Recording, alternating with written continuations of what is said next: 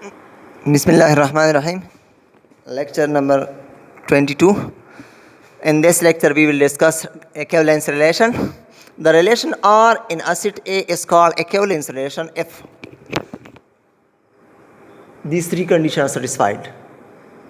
Equivalence relation क्या है? The relation in acid A is called equivalence relation. Relation क्या होता है?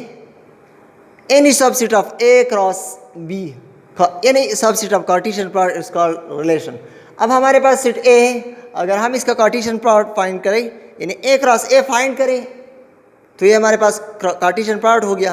अब इसी A क्रॉस A का जो सबसेट ले उसे उस सबसेट को हम रिलेशन कहते हैं. Any subset of the Cartesian product is called relation. So we have the relation R in the set A. Then this R relation will be equivalence relation if the three conditions are satisfied. अगर ये तीन condition R satisfy कर रहा है तो ये relation equivalence relation होगा. Number one, R is reflexive. What is reflexive property? If A is related to A or A order pair belong to R. अगर A अपने आप को रिलेटेड है, A रिलेटेड टू A, तो ये reflexive property होगी. Reflection है यानी A order pair belong to R. Next, R is symmetric.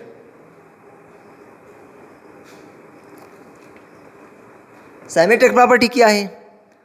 If A is related to B, then B is related to A. और इन अदर वर्ड्स, A व B belong to R, then B व A belong to R.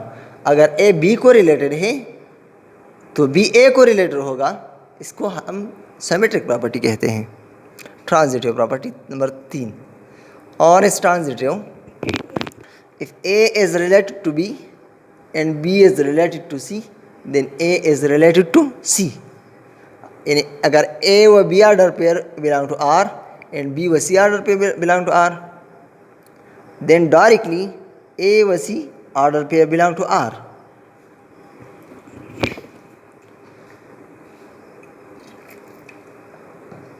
अगर एक relation in तीनों condition को satisfy कर रहा है तो इसका मतलब है कि ये रिलेशन इक्विवेलेंस रिलेशन है. अब इस इक्विवेलेंस रिलेशन के लिए हम एक एग्जांपल डिस्कस करते हैं. अगर हमारे पास एक सीट है 1 2 3 4 5 6 और ये हमने रिलेशन लिया है इस सीट A के लिए, A क्रॉस A का सबसेट है. अब हम चेक करते हैं कि एग्जांपल ये रिलेशन इक्विवेलेंस रिलेशन है या नहीं. So for all A belong to A, A is related to A और A बिलोंग टू R. यानी for all element belong to A. अगर हम इससे जनरली एक एलिमेंट ले A तो A व A ऑर्डर पेयर इस रिलेशन में होगा.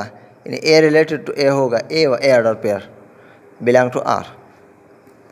देख लें, 1 इसका एक एलिमेंट है, A की जगह हमने 1 लिया. देखते हैं कि 1 1 इसमें है या नहीं. 1 1 ऑर्डर पेयर है. 2 एलिमेंट लें, 2 व 2 ऑर्डर पेयर है. इस रिलेशन में 3 व 3 ऑर्डर पेयर मौजूद है. 4 व 4 भी है, 5 व 5 भी है एंड 6 व 6 भी है. हर एलिमेंट जो हम इस सेट से लेते हैं उसके लिए ऑर्डर पेयर मौजूद है. अब वो अपने आप को रिलेटेड है. So R is reflexive. Number 2, for all A व B belong to A, if A व B belong to R, then B व A बिलोंग टू R. हम दो एलिमेंट्स लेंगे इस सेट से जिसमें अगर A B को रिलेटेड हो तो B A को B रिलेटेड होगा. ये सिमेट्रिक प्रॉपर्टी होगा. फॉर एग्जांपल देखते हैं, एक ऑर्डर पेयर लेते हैं 1 3, यानी 1 इज़ रिलेटेड टू 3. अब देखते हैं कि 3 रिलेटेड टू 1 है. इसमें 1 3 ऑर्डर पेयर है तो 3 1 भी है. इसका मतलब ये सिमेट्रिक है. अनदर एग्जांपल, if 3 व 5 belong to R, then 5 व 3 also belong to R. 5 व 1 1 5. So ये सिमेट्रिक प्रॉपर्टी है. So R is symmetric. Now transitive property, third property check करते हैं. फॉर ऑल ए व B belong to R and B व C belong to are. अगर ए related to be हो और बी रिलेटेड टू ए हो तो हम चेक करेंगे कि ए रिलेटेड टू सी मौजूद है या नहीं, ए रिलेटेड टू सी है या नहीं. फॉर एग्जांपल 1 व 3 अगर पेयर ले, 1 is related to 3 and 3 is related to 5. हम ये चेक करेंगे कि 1 5 1 3 3 1. अब चेक करते हैं कि 1 5 को रिलेटेड है, 1 5 ऑर्डर पेयर मौजूद है. हाँ बिल्कुल है. So it is transitive. अगर एक और एग्जांपल लें, 2 of 6 belong to R and 6 और 2 बिलोंग टू आर. देखते हैं कि आर में है 2 व 6 बिलोंग टू आर एंड 6 व 2 आल्सो बिलोंग टू आर. अब हम ये चेक करेंगे कि 2 व 2 बिलोंग टू आर है या नहीं. तो 2 व 2 भी बिलोंग टू आर है, यहाँ मौजूद है. इसका मतलब हुआ ये रिलेशन ट्रांजिटिव भी है. सो ये रिलेशन आर रिफ्लेक्सिव भी है, साइमेट्रिक भी है, ट्रांजिटिव भी है. तो इसका ये मतलब हुआ कि ये रिलेशन इक्विवेलेंस रिलेशन है. Thank you for watching.